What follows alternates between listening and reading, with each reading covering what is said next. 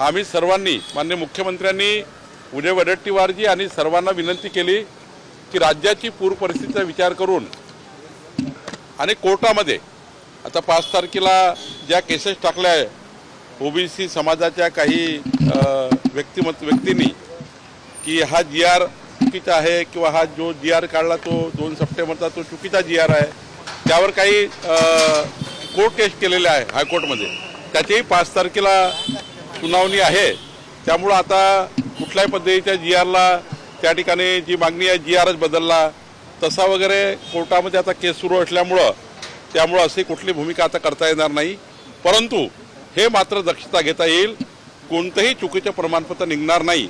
पण 10 तारखेचा मोर्चा जो ओबीसी संघटनांनी कॉल केला आहे तो मोर्चा मात्र परत घ्यावा, राज्याची पूर परिस्थितीचा विचार करून हा मोर्चा परत घ्यावा अशी विनंती माननीय मुख्यमंत्री महोदयांनी विजय वडेट्टीवार आणि सर्व शिष्टमंडळाला केली आहे। सर, श्वेतपत्रिका काढली जाणार का? ज्या पद्धतीने या बैठकीमध्ये मागणी सुद्धा करण्यात आली की चुकीचे कुणबी प्रमाणपत्र दिले जातात आहेत मराठ्यांना, त्या संदर्भात पंकजाताईंनी मागणी केली की श्वेतपत्रिका काढा म्हणून, ती श्वेतपत्रिका काढली जाणार का? शंका व्यक्त केली आहे की असे प्रमाणपत्र खोटे इश्यू झाले आहेत। आधी कुठलीही श्वेतपत्रिका काढताना किंवा काही त्या ठिकाणी पूर्ण माहिती सरकारकडे आल्याशिवाय काही असं करता येत नाही। परंतु पंकजाताईची सर्वांची मागणी हे आहे की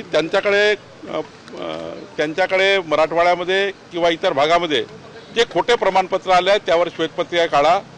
श्वेतपत्रिका काढण्यापूर्वी ही जे काही माहिती प्रत्येक जिल्ह्याकडे बोलवावी लागेल, आमची ओबीसी सब कमिटी ही माहिती बोलवेल। ओबीसी सब कमिटी जी आहे त्याचा चेअरमन म्हणून मी सांगतो की ही माहिती आम्ही बोलवू की कुठल्या प्रांताने कुठल्या तहसीलदारनी कुठले कास्ट सर्टिफिकेट दिले आहे ही माहिती आम्ही बोलवणार आहे।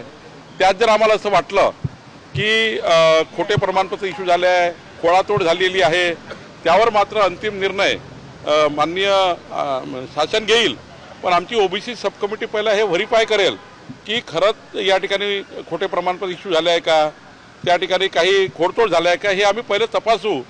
जर हा क्वांटम या ठिकाणी चुकीच्या पद्धतीने वाढला असेल किंवा चुकीच्या पद्धतीने झालं असेल तर मग मात्र त्या गोष्टीचा नंतर विचार करता येईल। जरंगे पाटील म्हणतात की 94च्या GRलाच आम्ही संपूर्ण 10 तारखेचा मोर्चा आहे, त्यांनी त्या संदर्भात काही सांगितलं की आम्ही मागे घेऊ की आम्ही सत्ता नाही, आता विजय वडेट्टीवारजी आणि ते शिष्टमंडळ बसलेलं आहे, ते विचार करताय सरकारची।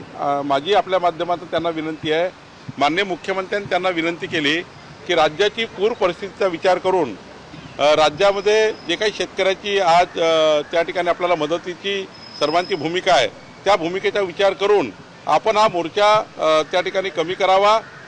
राज्य शासन केव्हाही जसं आज ओबीसी शिष्टमंडळाची बैठक घेतली, पुन्हा जर काही शंका असतील तर पुन्हा माननीय मुख्यमंत्र्यांनी सांगितलं की पुन्हा बसवू। मुख्यमंत्रींनी सांगितलं की आम्ही जेव्हा पाहिजे तेव्हा तुम्हाला वेळ देऊ आणि तुमच्या शंकाचं निरसन करू। माननीय मुख्यमंत्र्यांनी ओबीसीच्या त्या ठिकाणी शिष्टमंडळाला विनंती केली आहे की मोर्चा माग घ्यावा। आम्ही सर्वांनी त्यांना विनंती केली आहे। मला वाटतं की ओबीसी शिष्टमंडळ आमची विनंती मान्य करेल।